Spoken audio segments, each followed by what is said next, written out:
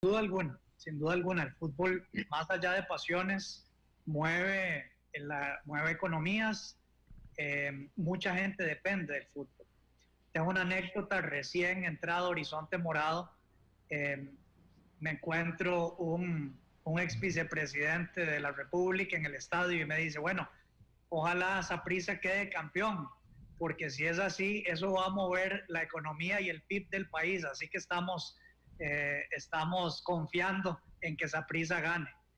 Y eso era en medio broma, pero también medio en serio. Cuando a la selección le va bien, cuando a algunos equipos le va bien, pues claramente ese sentimiento que usted decía al principio de la gente estar positiva, optimista, de pronto gasta, invierte, eso mueve y dinamiza la economía. Y le doy un dato también de un estudio muy interesante que se hizo el año pasado en España, que no tenemos estudios así que yo sepa en Costa Rica, pero es una referencia interesante. En España, el fútbol representa 1.4% del PIB de ese país. Obviamente la Liga Española es la más grande del mundo y globalizada, pero eso es muy interesante, de los cuales solo el 20% aproximadamente es directo.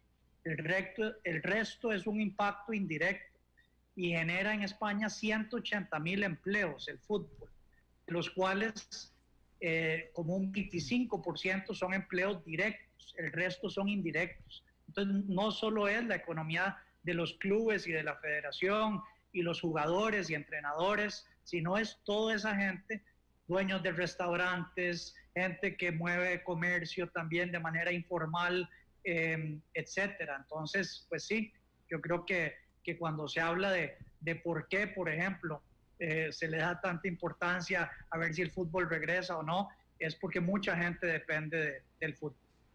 Sí, indudablemente. De hecho, yo les iba a recomendar, porque yo me puse a investigar hoy eh, el peso del fútbol en la economía costarricense y realmente no hay un dato, digamos, concreto que uno pudiera deslindar y es una punta de lanza en los diferentes sectores. Por ejemplo, cuando yo traigo al sector turístico y me dicen, Randall, es que nosotros movemos el 10% del PIB, entonces uno ya se imagina, digamos, ese movimiento. O traigo a los exportadores y me dicen, Randall, el 30%, el 33% del PIB lo movemos las pymes, por ejemplo.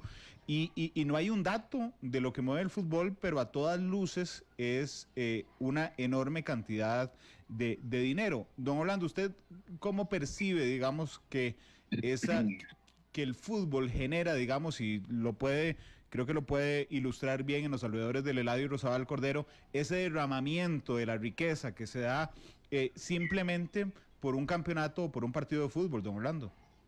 Sí, claro.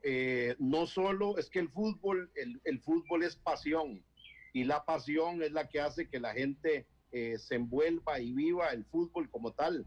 Si bien es cierto, como usted lo dice, no hay un dato para decir esto mueve el fútbol, pero tenemos que tomar en cuenta que cuando van a ser los mundiales o cuando van a ser finales de fútbol, muchísima gente va, saca crédito, compra de contado, pantallas más grandes, invierte en los restaurantes, acondicionan, en los bares acondicionan. El fútbol mueve muchísima cantidad de dinero que tal vez no es palpable en números, pero sí a la vista uno ve la cantidad de gente que se beneficia con el fútbol y no solo los que estamos involucrados directamente, hablando de los equipos, de los 12 que estamos en la primera división o los demás, pero sino la cantidad de empleos indirectos que también a través del fútbol pues se dan.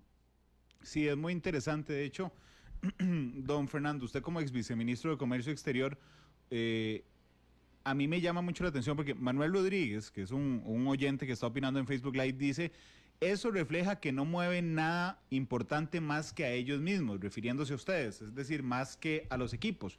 Pero yo claramente veo que el estado de ánimo, que el positivismo, incluso, digamos, la percepción que uno tenga de las otras personas, influye en el comercio. Con su experiencia, don Fernando, en el comercio exterior, esa confianza, digamos, que se genera en el caso del comercio exterior entre los estados, pero en el caso del comercio local, entre las personas y los consumidores es importantísimo y el fútbol es un aliciente de esto. Sin duda alguna, Randall. Vamos a ver, aquí hay varios elementos. Yo creo que nosotros tenemos una responsabilidad porque nos ha costado dimensionar, así como usted lo dice, con cifras y estudios, digamos, detallados, el impacto real que esto tiene. Y eso genera comentarios como los del oyente que está aquí, que percibe el fútbol y la vuelta al fútbol simplemente como una cuestión de la competitividad y de la rivalidad de ir a jugar un partido de fútbol 11 contra 11. La realidad es totalmente distinta. Bien apuntaban los compañeros que hay un tema muy importante de empleos directos. Yo quiero decir que solo los empleos directos que genera el fútbol de primera división entre femenino y masculino deben andar por encima de los 1.500 personas, y eso multiplico por el número de empleos indirectos asociados a esa actividad del fútbol.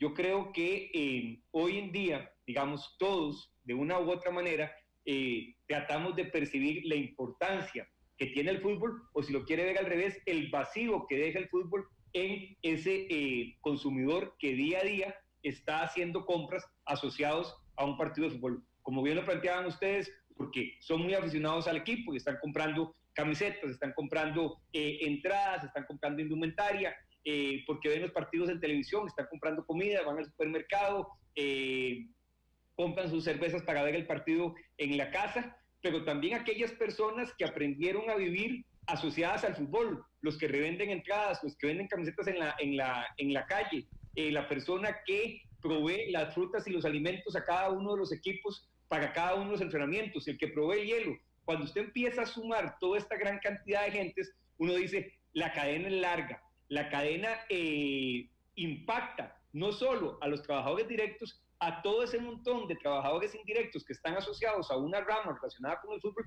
pero también impacta obviamente en ese ánimo del consumidor que siente un vacío hoy en día asociado a esa falta de fútbol. Creo que parte de los retos que nos va a dejar esta situación es nosotros organizarnos de la mejor manera para tener estudios concretos que podamos demostrar ese impacto real.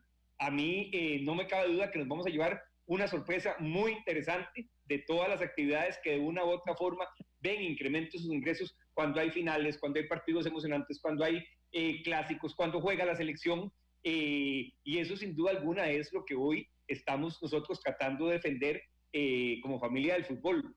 Créame, y aquí eso quiero insistir, que para cualquiera de los que estamos aquí sentados, la opción más fácil, la más sencilla, hubiese sido decir, en abril hasta aquí llegamos, nos vamos todos para la casa, cada quien que se la juegue, y desentendernos de un problema que, repito, a alguna gente le cuesta entender la magnitud del mismo, pero que al final de cuentas, como todas las actividades, como el turismo, como las empresas de restaurantes, comercios, etcétera, estamos en lo mismo. Estamos defendiendo hoy por hoy puestos de trabajo y familias que tienen un sustento y un modo de vida asociado al fútbol.